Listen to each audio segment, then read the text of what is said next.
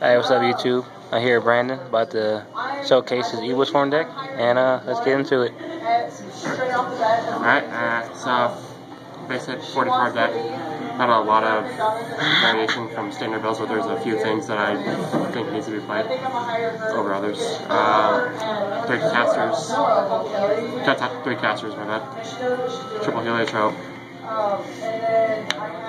Triple tachyon. Best parts about this deck right now. Major Doras, 3. I'll play 2 Thunderbird. I don't like him very much. He is very easy to attack over. Any monster that's bigger can just pummel over him. So I don't like to use him that much. I'd rather have a Major Dora and caster in my hands to make an Ophion. But I still play him because the deck is kind of monster starved, so it needs the name. Play 1 on Lantern. He's pretty good for dealing with big problem monsters, because the deck doesn't make big monsters. Its best outs to large cards are Cowboy and Maestro. I think he's a Can you read the effect for people that don't know? You can attribute him to destroy 1 face-up monster on the field. Okay. That's my last Evilswarm. Non-Evilswarm players with Signal Darkon. It's pretty easy to drop. Tachyon gives pretty good graveyard regulation. And he doesn't conflict with a Vion that much, mostly because of Takyon's graveyard regulation. It allows, between the two of them, to attach the material. All the materials from a Vion makes it pretty easy to get him on the field when you need to. Double Rescue Rabbit for the Heliotropes. The Double Rescue Rabbit is less dead in this deck because of Evilswarm or Infestation Infection. It returns an Evilswarm on your field or in your hand to the graveyard to add an Evilswarm from your deck to your hand. So you can recycle dead Heliotropes or Heliotropes that you add back from your hand to your hand from your graveyard because of Tachyon. So it's very easy for the second rabbit to become live even with only 3 Heliotropes. And then last 3 monsters I play are Triple Fight Failure. I think Fight Failure is the most necessary hand trap this format. It's the best answer to Spellbook's turn 1 main decks, aside from Draw and Lockbird, obviously. And it does pretty good work against Incarnate Dragons too. It's not as good against them as, say, Fat Sea, but it still does enough for it, I think, to warrant playing it at 3. It's great in mirror match too. Fight Failure is one of the best cards against Evilswarms. Okay. And then for spell cards, You know how many monsters that was? monsters should be 3, 6, 9, 12, 18,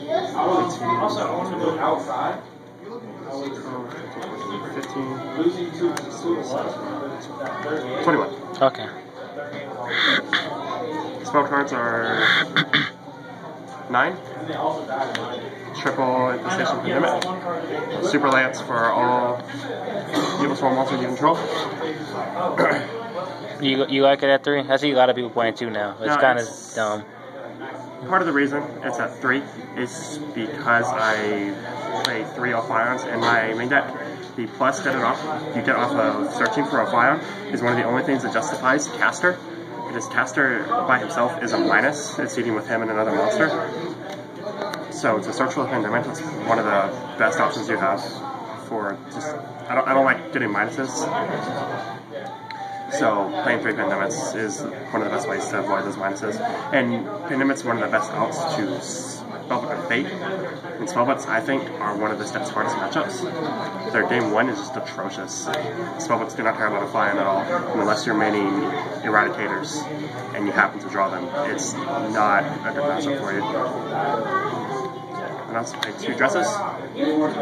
2 dresses instead of the lances, instead of regular lances, because by Super Lance, dress to deal with any sort of monster destruction that's played. Heavy infantry, blaster, anything like that. It works pretty well. I'd rather be playing Lance. I'd rather a format where I can play Lance, but dress is more important for this format because of all the monster effects and how easy it is for a monster effect to remove a flame from the field. I also play 2 MSTs. I hear a lot of people say that MST isn't that good this format. I think it's really necessary in order to clear the field for Evilswarms to make their plays. It's pretty easy to shut down an Evilswarm play with back rows. Like I said, they waste a lot of resources using a caster or a Mandragora to go into Ophion. And if they don't get their search for their Pandemic or their Infection, then they've lost so many resources, and it's very unlikely that they have the ability to recover from that. So I think MSTs are still necessary in order for Evilswarms to push past any back rows that might be around, especially a back row heavy deck. I think is still spellbooks. Spellbook of Fate is one big problem card, and then shutting down the pluses they get off the tower I think is still pretty important. And a lot of spellbook decks still also play Stolen Warning and Stolen Judgment. The last two spells I play are Monster Reborn and Rhoda. Rhoda to search out caster, and obviously Reborn because I don't play a heavy because I don't think it's as powerful as MST for what I want it for. A heavy Storm's Tower will still let my opponent special summon from their deck, and Incarnate Dragons don't set enough for me to justify Heavy Storm, but MST allows me to respond to their moves and allows me to pick out problem black rows in addition to my super lances and my dresses. That's why I prefer these two over Heavy Storm. I was playing Heavy Storm, but I decided to go with the Third Finger Chain instead because I think effect negation is too important in this format. The traps are Single Infestation Infection, one of the best cards in the deck right now because of Tachyon. The best follow-up play for your turn 1 off Ion is to grab Tachyon. So, to search out an infection if you already have a pandemic or another way to protect your Ophion is one of the best things you can do to put back crap like Heliotrope, Mandragora, or especially Thunderbird to grab your Tachyon and make another Exceed next turn, free or 1-for-1 Exceed.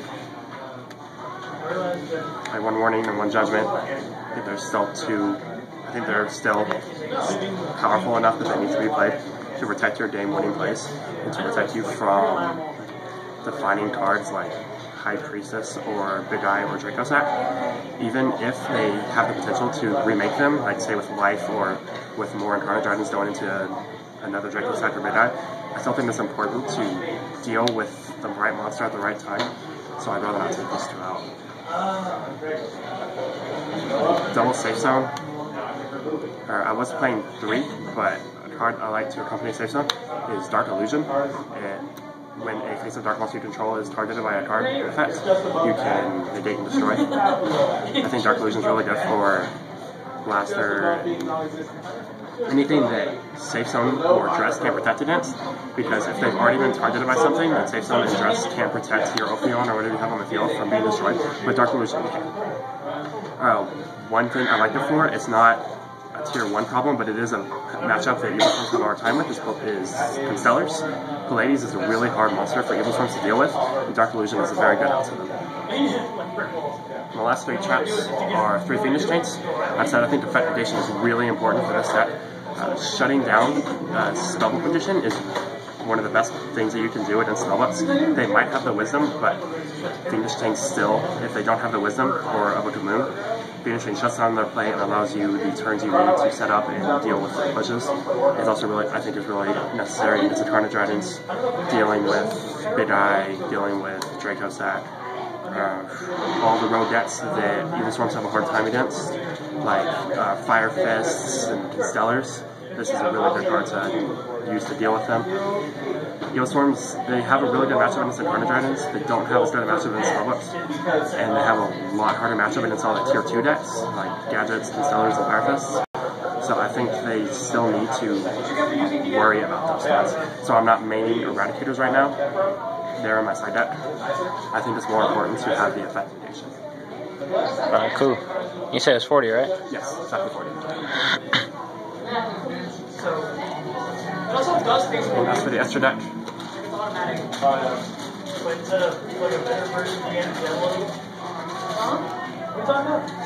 Triple Elf Ion. He's extremely easy to go into, or it's really, you go into him really fast because of Tachyon.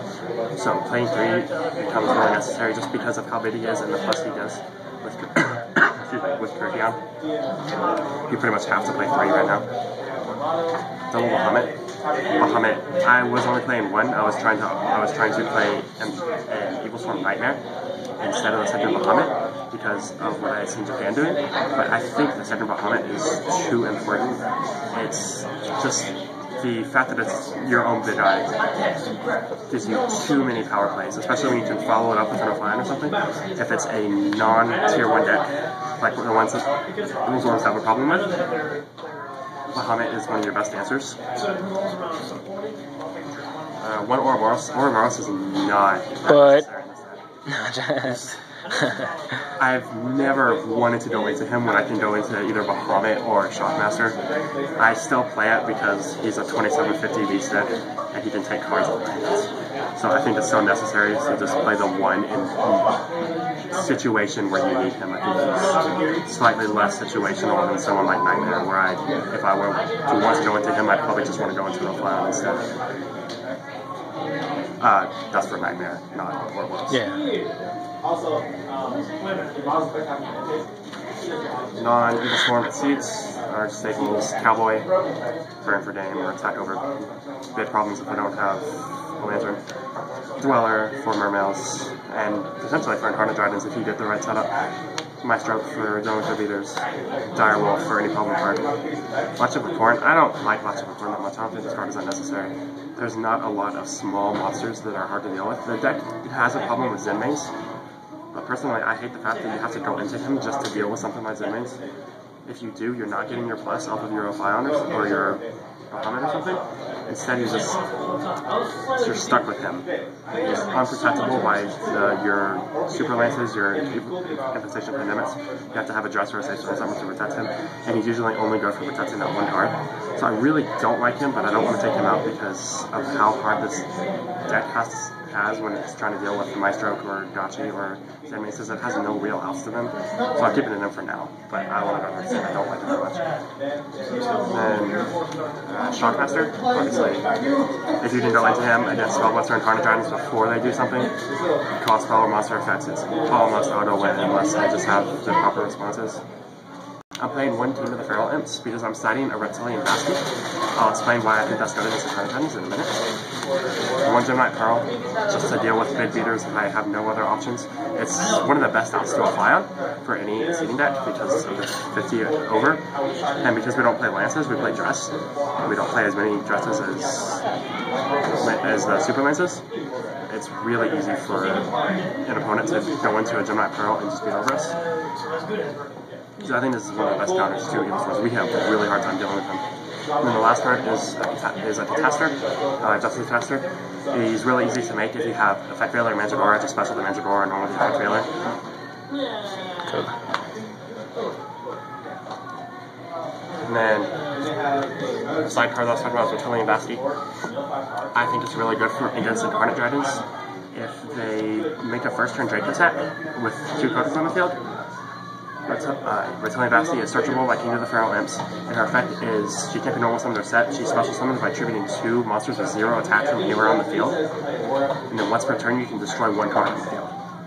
So if you search for her, if you open Caster and another Evilswarm or a Rabbit to go into a rank 4, you go into King Feral Imp.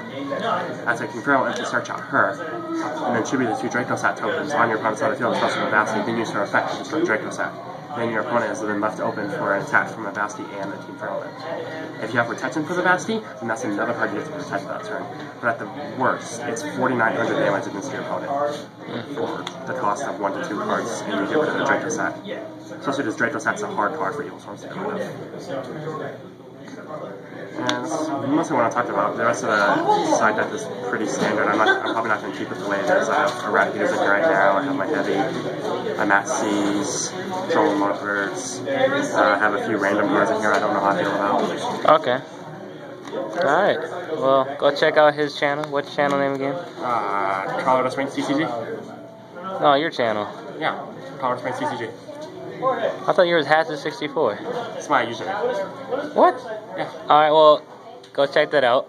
And don't forget to like and subscribe. And later.